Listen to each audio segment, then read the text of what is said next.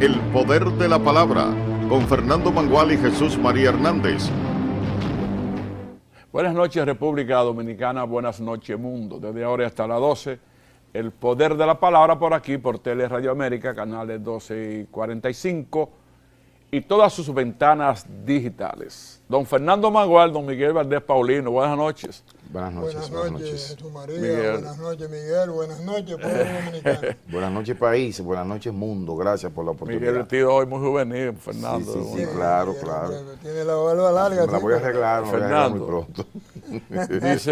Dice mi amigo Ángel Locuar que no conoce a Donald Guerrero. Pero yo tampoco lo conozco. Y ahora, Donald a mí tampoco me conoce. Bueno, señores, el presidente lo han hecho firmar una resolución ilegal. Por eso vamos a hablar el próximo sábado sobre el oficio doméstico, algo que no se sostiene. El texto laboral es claro en ese sentido. El asunto de Hacienda es el tema del momento. No hay pasillo, oficina, hogar donde no se esté hablando de esto. Yo que soy ignorante en la materia, distinto a don Fernando Mangual, que es un experto, un decano, y a Miguel Valdés Paulino, que son los dos mis compañeros aquí de trabajo, le sugerí que invitáramos a un experto para que le explique al país lo que ha sucedido en Hacienda, por qué se violentaron, cómo se violentaron tantos controles, los auditores internos, los departamentos legales, es decir, una persona que conoce las intríngulis legales de esa materia, como es nuestro invitado, don Alcedo Ramírez, con vasta experiencia en esos menesteres. Buenas noches, don Alcedo. Buenas noches, doctor Hernández, Fernando, Miguel Noches. y amigos televidentes. Con mucho gusto estamos en este programa, El Poder de la Palabra. Quiero agradecer, Fernando, a nuestro amigo, el auditor también, el don Hermógenes Casado, que fue que nos sugirió Compañero de a programa. don Exacto. Alcedo Ramírez. Licenciado, que también es ingeniero en sistemas. Exacto. Tenemos un hombre aquí totalmente acabado al más alto nivel. ¿Qué es lo que ha sucedido en Hacienda? El Ministerio Público habla de un desfalco de 17.000, casi 17.000 millones de pesos. ¿Cómo es posible que nadie se diera cuenta que se estaban haciendo esos trámites internos? Sí. Mire, con el permiso de ustedes y con la venia de nuestros amigos televidentes, antes de contestar esa pregunta es bueno recordar y tener presente que de alguna manera, poco a poco, el Estado dominicano ha ido tecnificándose, ha ido mejorando su estructura. Esto hay que darle, yo diría, el reconocimiento a los diferentes gobiernos. Y hoy en día, precisamente, tenemos en materia de control, tenemos una Contraloría General de la República que trabaja en base a normas básicas de control interno que son elaboradas de acuerdo a los estándares internacionales. Existen equipos de auditoría interna en cada entidad pública y los auditores de la Contraloría General de la República visitan regularmente las diferentes entidades.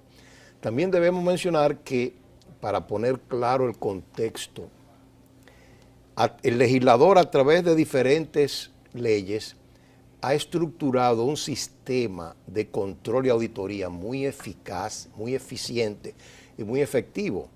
Pero como siempre debemos aclarar, como en todo sistema complejo, el eslabón débil lo constituye el ser humano, el recurso humano. Porque tenemos, por ejemplo, la misma Constitución de la República, en el caso que nos ocupa, el artículo 51.1 destaca claramente que la propiedad privada es inviolable, que el gobierno, mejor, el Estado tiene el derecho de expropiar, pero siempre y cuando exista una razón, una causa, un causal de utilidad pública, de interés social y algo que a veces no deja de causarnos un poquito, por lo menos una sonrisa, no de burla, sino de cómo son las cosas, de pago previo. Es decir, en materia legal, constitucional, la expropiación debe ser pagada antes de que el gobierno tome posesión de la propiedad. Pero en adición a la Constitución, tenemos una ley, lo que indica, decía nuestro padre, que era un abogado de larga data, que en República Dominicana prácticamente existía leyes para todos, que muchas veces el problema estaba en la aplicación de las mismas. Por ejemplo, la ley de expropiación, la ley que maneja el procedimiento de expropiación, es una ley del año 43. Es decir, es la ley 344 de 1943. Es una ley que ha sufrido modificaciones, pero todavía en cierta medida está vigente la misma ley, con las modificaciones que se le han hecho en la década de los años 60, 70. Y las últimas modificaciones se hicieron en los años 2008 y creo que 2014. Ahora bien, esas modificaciones han sido básicamente retoques, como uno dice, maquillaje, mejoras en procedimientos debido, digamos, a las facilidades de la tecnología, de la época moderna, pero en el fondo siguen existiendo lagunas muy importantes. Por ejemplo, ¿qué es lo que a nuestro entender ha dado pie a la situación actual que estamos viviendo? Y es que la ley no especifica un tiempo perentorio para que el Estado haga el pago correspondiente. Y ese pago solamente queda, vamos a decir, obviado y justificado cuando hay una causa de emergencia nacional o de defensa nacional, que normalmente en la mayoría de las expropiaciones, como ustedes están familiarizados, no ocurre un estado ni de emergencia ni de defensa nacional. Pero todos aquí, conversando con algunos de ustedes fuera de cámara, nosotros mismos como experiencia personal hemos vivido esa experiencia de expropiaciones que se hacen y pasan muchos años y ni siquiera se paga. Entonces, a lo que voy ya para concluir, darte la palabra. Precisamente esa situación de incertidumbre es lo que hace difícil, podríamos decir, el control, la vigilancia y la transparencia de esos expedientes que, sin lugar a dudas, y ahí es que vamos a entrar en el fondo del asunto, constituyen ya una parte de la deuda pública nacional. Y ahí entonces, y esa, como ustedes bien saben, la deuda pública nacional se registra, se controla, se administra en el Ministerio de Hacienda, que antes era la Secretaría de Estado de Finanzas. Licenciado, ¿quién es el estafado? ¿El Estado, el gobierno o los propietarios de la tierra, en este caso? Primero vamos por partes. Lo que ha ocurrido ha habido, digamos, una situación donde el Ministerio Público ha señalado la existencia de ciertas irregularidades en ese proceso de pago de expropiaciones. Bien. Obviamente el que ha sido en este caso, el que ha hecho el pago en este caso ha sido el Estado.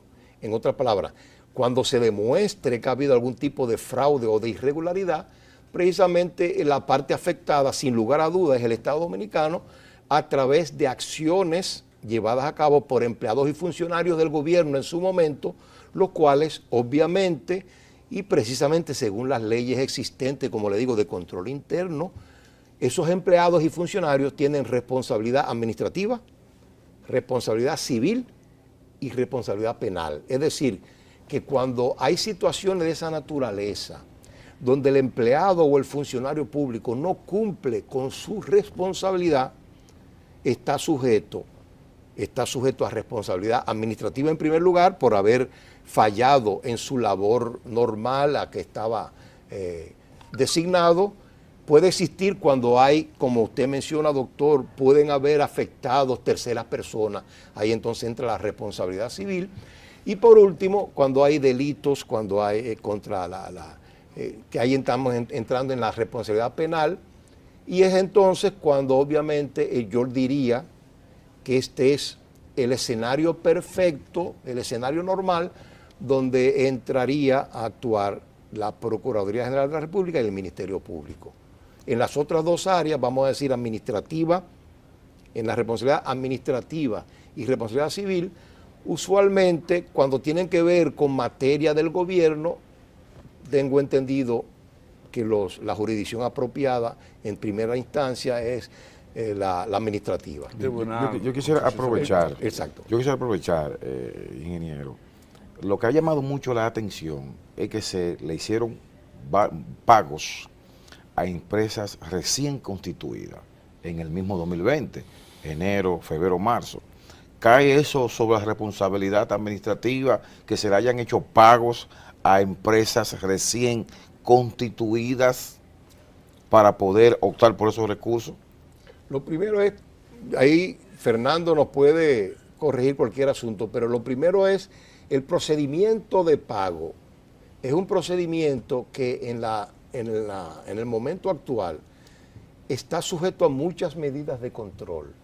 Por ejemplo, como sabe bien Fernando, los libramientos no son otra cosa que órdenes de pago que emite un organismo del gobierno a la Procuraduría y Tesorería Nacional para que se haga un pago determinado. Obviamente, antes de eso hay los auditores internos en los diferentes estamentos de la administración pública que deben verificar, y debo decir que esos auditores internos son empleados no del ente en que están, sino que dependen de la Contraloría General de la República. Entonces, ellos están situados y deben, antes de tramitar cualquier libramiento o cualquier orden de pago, como usted menciona, Miguel, deben asegurarse que toda la información, toda la documentación, toda la evidencia para ese pago esté debidamente incluida en ese libramiento, en esa solicitud de pago. Así que si de alguna manera, como le digo, no tenemos la situación, nosotros no fuimos el auditor actuante, pero si de alguna manera ha faltado algo ahí, podríamos decir que ya hay una debilidad, una falta de parte del Departamento de Auditoría que debió parar eso y decir, no, espérate, aquí falta tal o cual documento. Y asimismo en la línea, eso es un proceso de pago, como todos sabemos, con un conjunto de actividades, donde hay controles en cada nivel, donde hay controles y donde en cualquier punto se puede detener el proceso, si no, a este libramiento, si no cumple con los requisitos. Y lo echan para atrás, esa es la norma. También debe existir, por ejemplo, en la época que yo recuerdo, no hace mucho, para usted iniciar cualquier libramiento, debe, y eso no puede ayudar mucho, Fernando, debe existir en presupuesto y en planificación el proyecto que se está ejecutando y los fondos que hayan sido asignados por la Tesorería Nacional.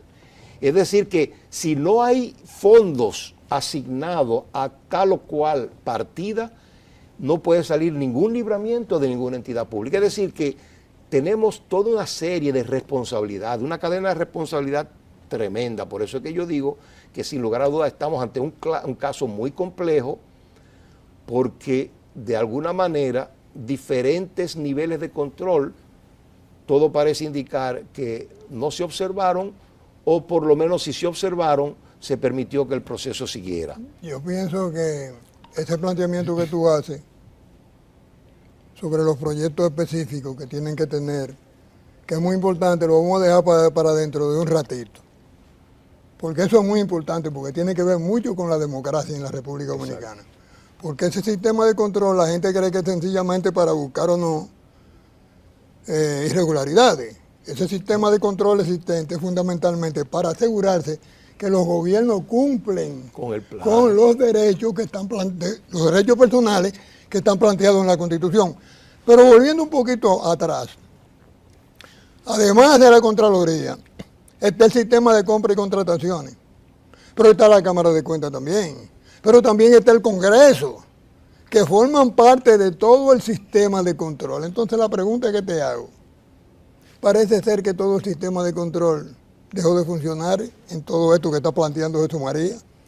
Sí, mira, me alegro que tú hayas hecho esa intervención, Fernando, porque mira qué ocurre. Tal y como dije, el sistema de control del Estado Dominicano es muy amplio y yo diría efectivo, siempre y cuando nosotros los auditores decimos que un control, cuando uno lo revisa, tiene dos etapas o dos situaciones.